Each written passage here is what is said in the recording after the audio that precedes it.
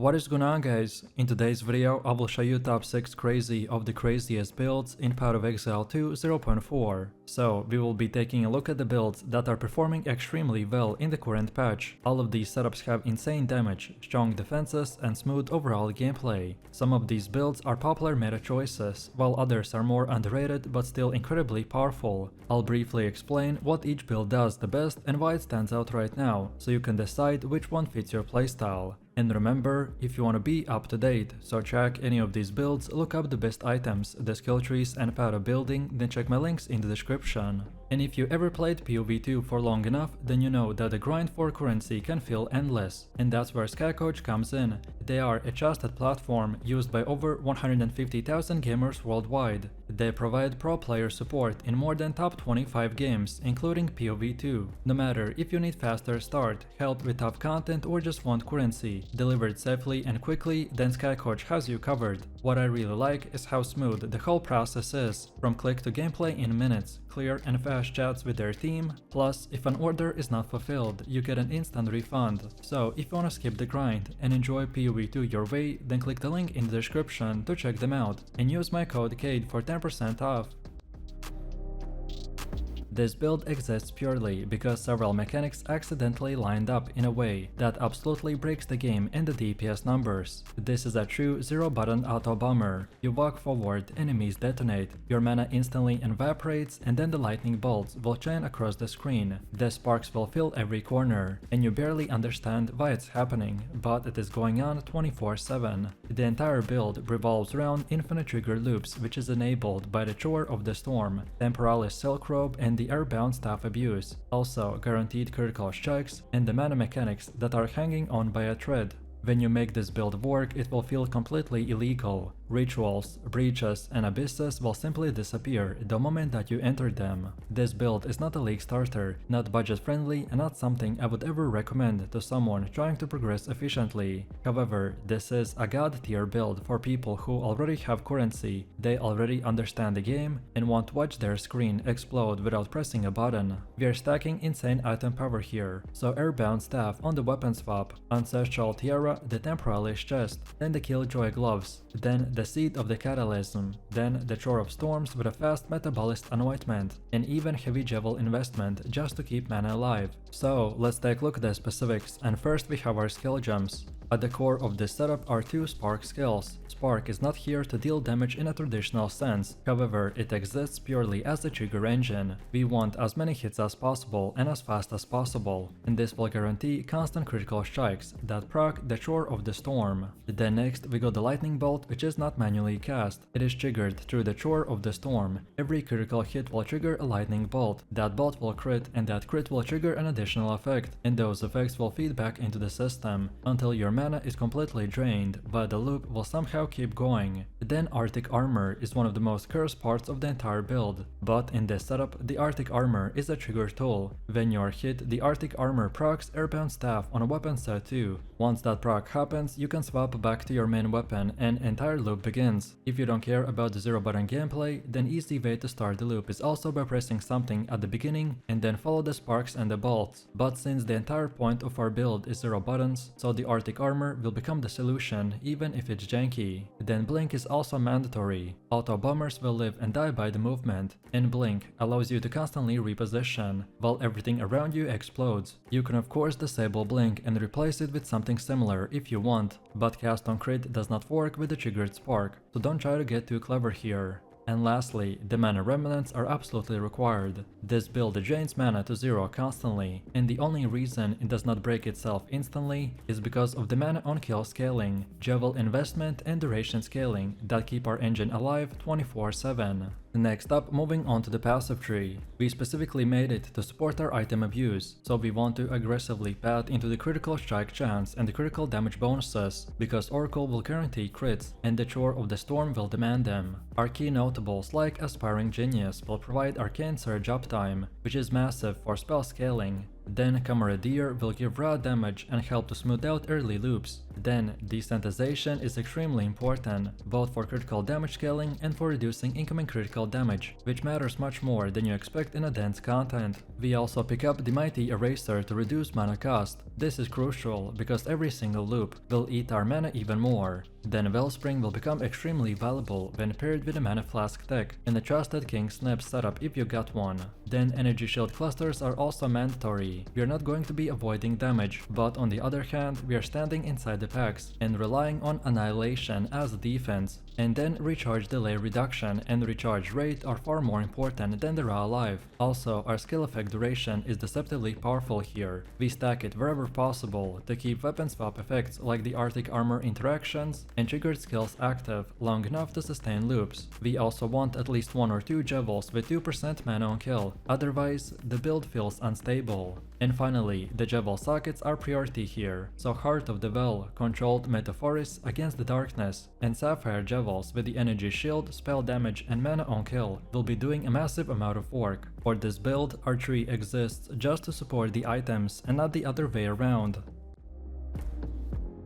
This build sits right at the top for off-screen wide clearing speed and absolutely disgusting single target damage, and it does all of this by abusing stack trigger mechanics, life-based casting, and overlapping cold spell interactions that were never meant to scale this hard together. At a first glance, this looks like a traditional Frostbolt setup. You see cold spells, projectiles, crit scaling, and a witch ascendancy, and you might assume it's just another caster. But actually, once the engine turns on, the build reveals what it actually is: a high-speed spell shotgunner that floods the screen with Frostbolts during mapping, and then pivots seamlessly into a cast on critical comet setup that deletes pinnacle bosses before they even finish their first animation. This is not a league starter, and it is not a beginner friendly. However, this is actually a high investment and high ceiling build, designed for players who already are in the endgame maps, already have access to strong uniques, and want something that feels both powerful and mechanically interesting. So, we are paying life instead of mana, then instantly leeching it back through the critical hits, then overcapping your life pool with the remnants, and converting all of this life into the raw spell damage and crits through the rapid scaling. When everything is online, the build feels unstoppable. However, when something is missing, it can feel a bit awkward, and this is the trade-off. The goal of this build is simple. While mapping, the Frostbolt coverage and the chaining explosions will wipe entire packs instantly, and then against bosses, the Frost Wall will become a trigger surface, which then rains down overlapping impacts that melt even max difficulty encounters. It's fast, explosive, and extremely rewarding to play once you understand the flow. So, let's take a look at the specifics, and first we have our skill gems. At the center of everything is the Frostbolt. Frostbolt is not just a damage skill here, it's actually a delivery system. Its projectiles, explosions, and interactions are what allow the build to scale into insane territory. When Frostbolt fork, overlap, and explode on grouped up enemies or terrain, each hit will become an opportunity to trigger additional effects and the critical strikes. Supporting that, we use the cast on critical as the backbone of our single target damage. This is how the comet enters the picture, so the comet is never hard cast. Instead, it is triggered repeatedly when Frostbolt and the Frost Wall interactions will generate enough critical hits. Once the comet starts landing, the damage will ramp up extremely fast, because each impact overlaps and compounds with the next one. Then Elemental Weakness is used to strip resistances during tougher encounters and boss fights, which ensures that our cold damage scales properly even against tanky enemies. Then Soul Offering will provide additional scaling and sustain by interacting favorably with our life-based casting and energy shield layers. And then Skeletal Cleric is included not as a damage dealer, but as utility and support to stabilize fights where sustained pressure matters. Then Frost Wall is one of the most important skills in the entire setup. It is not for defense here, but the Frost Wall is a trigger surface. When the Frostbolt and the Comet collide with it, they will generate repeated explosions and hits in a confined space, which massively increase the number of critical strikes per second. And this is what enables the Comet to chain so aggressively during boss fights. Life Remnant and Mana Remnants are both mandatory, because we are paying life to cast spells and doing so extremely rapidly, so the build relies on a constant recovery. The Life Remnants will allow us to overflow our life pool beyond its normal maximum, while the Mana Remnants will interact with the Archmage scaling and support mechanics to keep damage consistent.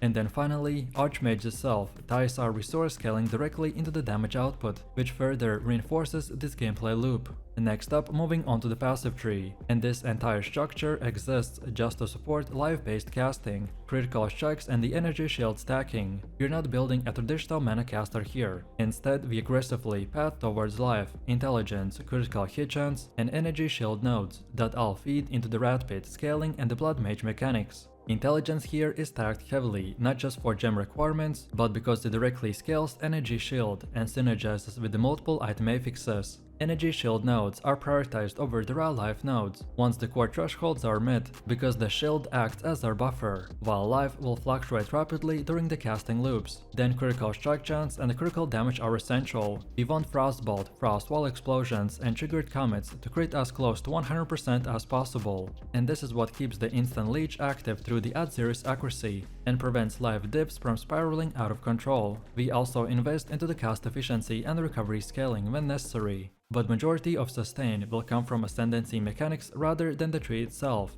Then Javel sockets are also extremely important here. Well-rolled Javels will provide energy shield, spell damage, cold damage and the crit scaling all at once, and skipping them can significantly weaken the build.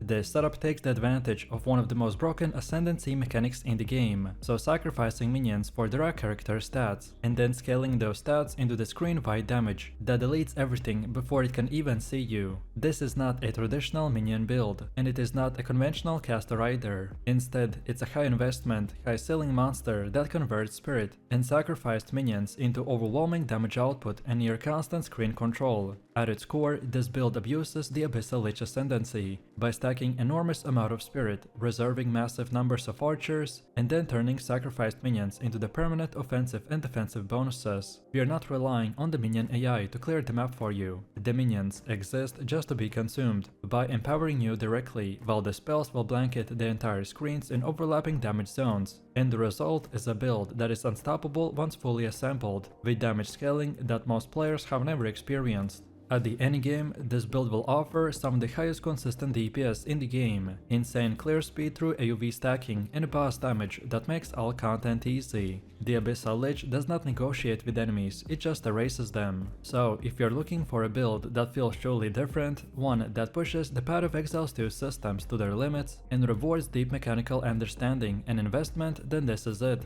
So, let's take a look at the specifics, and first we have our skill gems. The skill gem setup is where the AoV stacker will come to life, because every single choice will reinforce the same goal, so massive AoV coverage, constant triggering, and scaling damage through the sacrificed minions and the spirit reservation. We are using warp-based mechanics and AoV scaling minions, while reserving an enormous amount of spirit to sustain skeletal archers that exist purely to be consumed for the power. The primary engine of our build revolves around the spell slinger and the cast on elemental element, which allows us to automate large portions of our damage while still actively positioning and controlling the battlefield. Then Ball Lightning and Ice Nova serves as the primary AoV damage sources by overlapping repeatedly as enemies are dragged through the stacked spell zones. Lightning Warp will play 2 roles here, so both as mobility and a damage booster when combined with the aerial scaling, which allows us to reposition instantly while detonating entire packs in the process. Then Frost Wall is used not defensively but offensively, by forcing enemies to remain inside their overlapping damage fields, while also enabling additional triggers. Then Malice and Siphon elements are combined in together to further boost damage taken by the enemies, ensuring that once something is caught in the area it does not escape.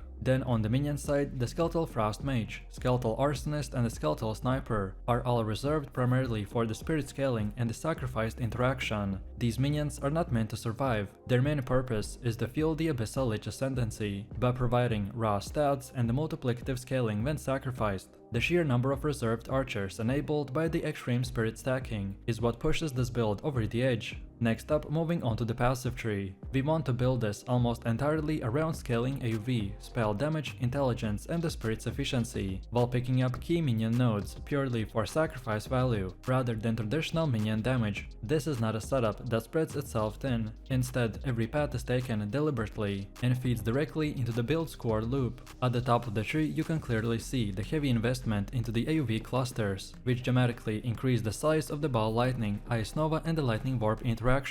These nodes are what allowed the build to function as a true AoV stacker, by turning modest base skills into the screen-wide damage zones. Intelligent stacking will also further amplify this effect by scaling mana, energy shield, and the overlapping spell effectiveness. Then also, we get few minion nodes. We are not scaling minion survivability or attack speed in a traditional sense. Instead, we focus on nodes that increase minion life, spirit efficiency, and effects gained from the minion sacrifice. These nodes will directly translate into the more stats for Abyssal Lich, which makes each sacrificed minion much more impactful. Energy shield scaling is also a major focus, as this build leans heavily into the energy shield for survivability. The larger flat energy shield nodes, recharge rate, and faster recharge at the start are all prioritized by ensuring that even in dangerous fights, the build will recover almost instantly after taking even a slight of damage.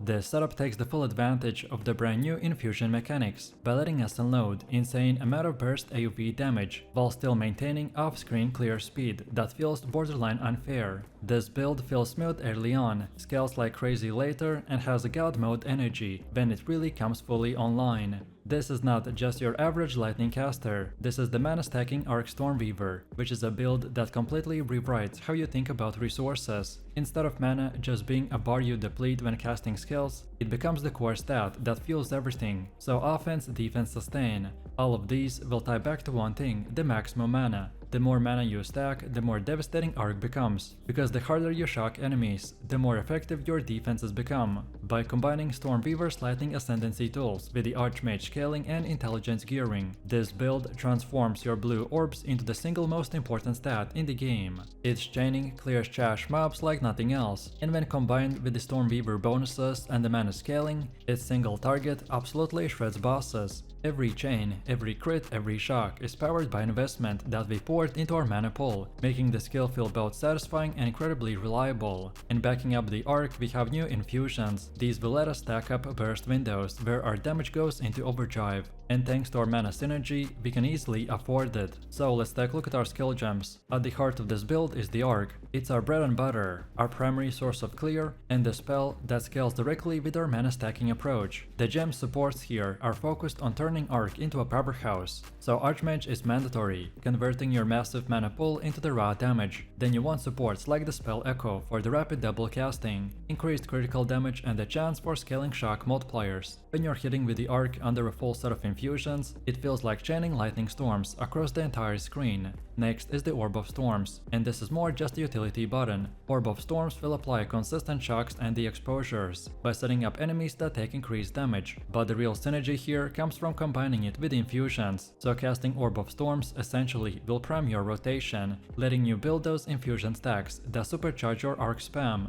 You just need to place it down before every big fight and watch it boost your damage. Then next we got Mana Tempest, which is a crucial sustained skill. This one keeps your resources topped off and ensures that even in extended fights, you never feel starved for the mana. It creates those burst windows where you can spam Arc relentlessly without worrying. You'll learn to time it with your Orb of Storms and the Sigil of Power for the maximum effect. Speaking of which, the Sigil of Power is another gem that fits seamlessly into this build. It gives you an area of strength to fight inside, both by increasing your lightning damage and providing a layer of protection against heavy hits. You can drop it for the bosses or dangerous rares, and it turns those fights into controlled battlegrounds, where you're the one dictating the pace. Now let's talk about the passive tree. The essential psychology here is simple. Stack as much mana as possible, and then let every part of the build flow from that. Nodes that increase maximum mana, both flat and percentage based, are your top priority. Intelligence nodes are also highly valuable, as they boost mana while helping to meet the gem requirements. Once foundation is in place, you can branch into spell damage, lightning penetration, and the shock effect nodes. These will ensure that the arc feels deadly in both mapping and bossing. Shock effect in particular is critical because the Stormweaver's Ascendancy passives will reward you heavily for applying and scaling shock. The more consistently and powerfully you can shock, the more everything else will snowball. Cast speed is another core investment, because you're spamming Arc continuously. More cast speed not only makes the build smoother, but also increases the DPS by letting you fit more casts into each infusion windows. Then on defensive side, the tree grabs key nodes for the Mind over Matter and the Eldritch Battery. by converting mana into effective mitigation. Life and energy shield clusters are also picked up with efficiency, but our true defense comes from regeneration and recovery scaling. Mana recovery nodes ensure that even after big hits or heavy casting, your resource pool will snap back instantly, letting you keep casting and surviving. Then for cluster jewels and extensions, you want to look for curse effectiveness, lightning area of effect and mana recovery bonuses. These reinforce both the offense and sustain, keeping your build running at a peak power during extended fights. This setup is all about turning your warrior into a walking volcano by scaling ignite from massive slams and leaving entire packs of enemies burning in your footsteps. If you ever wanted a build that feels heavy, brutal and explosive all at once, then this is it. The heart of this build comes from three key skills: Volcanic Fissure, the Forge Hammer and the Stampede. Volcanic Fissure splits the ground open in a wave of lava, then the Forge Hammer lands a crashing blow that ignites even the tankiest targets, and Stampede finishes off by making every step you take rip the battlefield apart. Together, they will give you an unmatched clear speed and boss damage that melts targets. What makes the build shine is setting enemies on fire. Because Ignite scales off the size of your hit, every massive slam you land will translate into a burn that continues to deal damage for several seconds. That means your Forge Hammer or the Volcanic Fissure is just not one hit, it's essentially gets stretched over several times, and the bigger impact, the bigger the burn. The bosses that might usually take ages to grind down will start melting away as you rotate through the skills. And another important thing to know is that while many melee builds were slowed down by the armor explosion nerf this patch, the Fire Warbringer is still OP. Ignite scaling was not affected by those changes, which makes the setup stand out as most consistent and rewarding warrior build in the game right now. It's super strong for mapping, devastating for bosses, and it feels smooth for the leveling all the way into the red maps. So let's break down the skill gems, and your main clearing tool is the Stampede. And honestly, this is one of the most fun melee skills in Path of Exile 2. Every step you take will proc fissures under your feet, and once you've linked it with the supports like the Crater and the branching fissures, it turns into a chain reaction of eruptions that wipe out monsters without you even needing to stop moving. The mapping feels incredible with this skill, because you're literally killing while stripping through the zones. For single target, you've got a rotation that feels deliberate and powerful, and against rares or bosses, you will start with Infernal Cry if you have access to it, because that weakens enemies and primes them for explosions. Then you slam them with the Forge Hammer, following up by the Volcanic Fissure, and finally you pop Ancestral Cry to boost your exerted attacks. From there, we transition into the Stampede until the targets burn down. If you don't have the Ancestral Cry yet, then you can simply rely on the Infernal Cry to fill that slot, and you will see huge ignite damage rolling over time. Especially for tanky bosses, dropping a War Banner before you start your rotation will add that extra push you need. And one quick tip here, keep your War Banner at a low level. Leveling it up increases dexterity requirements without giving you much more power, so you actually save yourself some stat headaches by leaving it underleveled. It's still incredibly effective, but you don't need to overcommit points into dexterity just to keep it online. Then for supports, the first place that you want to invest your quality is the Stampede, since that's your main clearing skill and it scales beautifully with the early investment. When it comes to the Jevels, there are two things to look out for. The new unique The Jewel Heart of the Will is a game changer by giving you both maximum life on a kill and extra fire damage. Then for rare Jewels, aim for stats like the added rage on a hit, increased damage against enemies with the broken armor, and even the block chance for survival. These will scale your damage while also shoring up defenses, which is the perfect balance for a melee fire build. Then next up we have the passive tree, and you want to start at this section and move into the clusters that emphasize melee damage, slam effectiveness and the Warcry synergies. Since Ignite is our main damage source, so we prioritize the fire multipliers and burning damage nodes, making sure that every big hit we land translates into the sustained burning. Then physical to elemental conversion nodes are also key here, since they let us turn the raw strength into devastating fire output. Defenses are built directly into the progression, so maximum life scaling is everywhere, combined with strong investments into the armor and endurance charges. Endurance charges aren't just for defenses, they also tie into the Warbringer synergies and empower your exerted attacks. This keeps you both tanky enough to stay in the melee range and consistent enough to deliver empowered blows every few seconds. The Warcry nodes are another cornerstone of the tree. The cooldown reduction and asserted attack bonus are critical, since our whole single target rotation relies on weaving the Warcry into the slams. By reducing cooldowns and increasing their effect, we make sure that our infernal and ancestral cries are always ready when we need them. There's also room here for scaling AoV, which feels fantastic with the skills like the Volcanic Fissure. Bigger coverage here mean faster map clearing, but it also ensures that your slams reliably ignite every enemy in a pack. This build blends lightning-fast spellcaster gameplay with an automated, screen-shattering comet barrages that create a playstyle that feels fast, explosive, and utterly dominant from the league start and transitioning all the way to the pinnacle bosses. This build looks insane, and it delivers. The fire infusion comets will hit like a truck, with massive ignites on top, while cold infusion sparks will chain across the screen for endless clear pressure. The gameplay feels like a traditional spark build, but with godlike benefit of cast on critical procs. And also, we got the triple orb of storms that chain lightning everywhere, and permafreeze every enemy in the site to lock them down and delete. Our damage output is off the charts, with the comet shotgun bursts visibly deleting rares and the chunky ubers for 100k plus hits, while the spark chains maintain blistering clear speed in the dense maps. Then defensively, the build is peak tankiness, so chaos inoculation with a massive energy shield pull will ignore all chaos, and then we stack on the permafreeze for the cold conversion via the Call of the Brotherhood,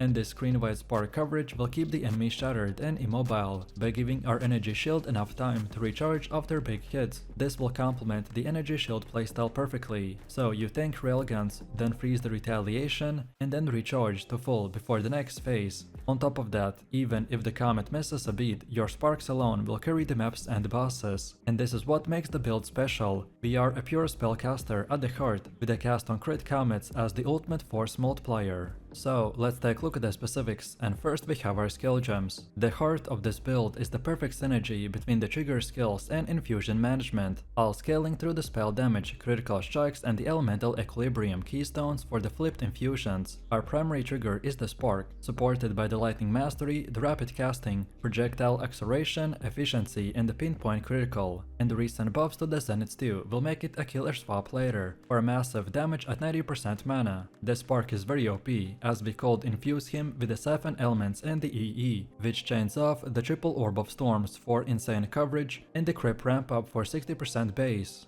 Then next we got a cast on critical comet linked to the efficiency too, pinpoint critical, raising tempest, and the cold mastery. But we can also swap the cold for the zenith post mana fix. This procs fire infused comets on the crits by shotgunning bosses and obliterating groups with over 100k fire and cold hybrids with a huge ignite. We also use no elemental penetration to preserve mana, as we are prioritizing raw DPS efficiency on a budget. Then Orb of Storms triples up with the left click Unleash. Supported by efficiency, consider casting over Abundance, Unleash, and the pinpoint critical. We can also ditch considered for Zenith once the mana flows. These orbs will chain lightning on every spark. Then build your crit meter and generate cold infusions for the sparks blasts. Then next we have the Frost Bomb, which is your infusion engine, supported by the spell cascade, over Abundance, the short fuse, and the potent exposure. We just tap it to get exploding fire infusions for the comets, and plus exposure for the chill synergy. On top of it, utility will shine with the weapon swap binds, so we get the sigil of the power on the chiming staff, which we beef up by magnified area, prolonged duration, and the cooldown recovery, for the permanent damage boosts while spending mana. Then Elemental Weakness will share the swap, supported by the Focus Curse, Expanse, Prolonged Duration, and the Cursed Ground, or even the Hex Bloom for the speed clear. We usually plan it for set and forget debuffs that apply everything nearby. And finally, Convalescence is your panic button, by instantly kicking Energy Shield Recharge with the Prolonged Duration and the cooldown recovery. Next up, moving on to the passive tree. This build focuses on scaling spell crit and the ES recharge, while solving mana forever and balancing massive offense with unkillable defenses in the most efficient path possible. The core psychology here is simple. We pump crit to 60% via the tree nodes, like the Careful Assassin and Controlling Magic, and then multiply it through the Pinpoint Critical and the Malorgris Gloves that ignore its downside for the pure crit multi-explosions. From there, we branch into the spell damage, the cold and the lightning scaling, and the remnant pickup for the Stormweaver synergy. So remnants respawn every 3 seconds, which fuels infusions non-stop. Also, energy shield is very important, so Chaos Inoculation Keystone is key. All clusters like the Patient Barrier, Enhanced Barrier, and the Dampening Shield will boost our pull to 8k. Then mana efficiency is also non-negotiable, so get things like efficient casting, conservative casting anoint, and regen nodes that ensure that Zenith 2 will shine without the flasks. The weapon set split is also crucial, so set 1 aka the reds will own damage nodes for the Spark, EOS and COC, and then the set 2 aka the greens are utility tools like the curses for the huge AoV. And then we round out our utility with the cast speed, presence, AoV for the orbs, freeze buildup and the shock magnitude with the alternating current. This will cold shock everything thanks to the Shaper of the Storms. Overall, this streak has no bloat here. Every point stat will double down, from physic fragmentation for the extra projectiles to magnitude amps for the dual and shock chills. This tree is made intuitive as we transition seamlessly from the Spark League starter by swapping lightning for the cold crit and the energy shield setup.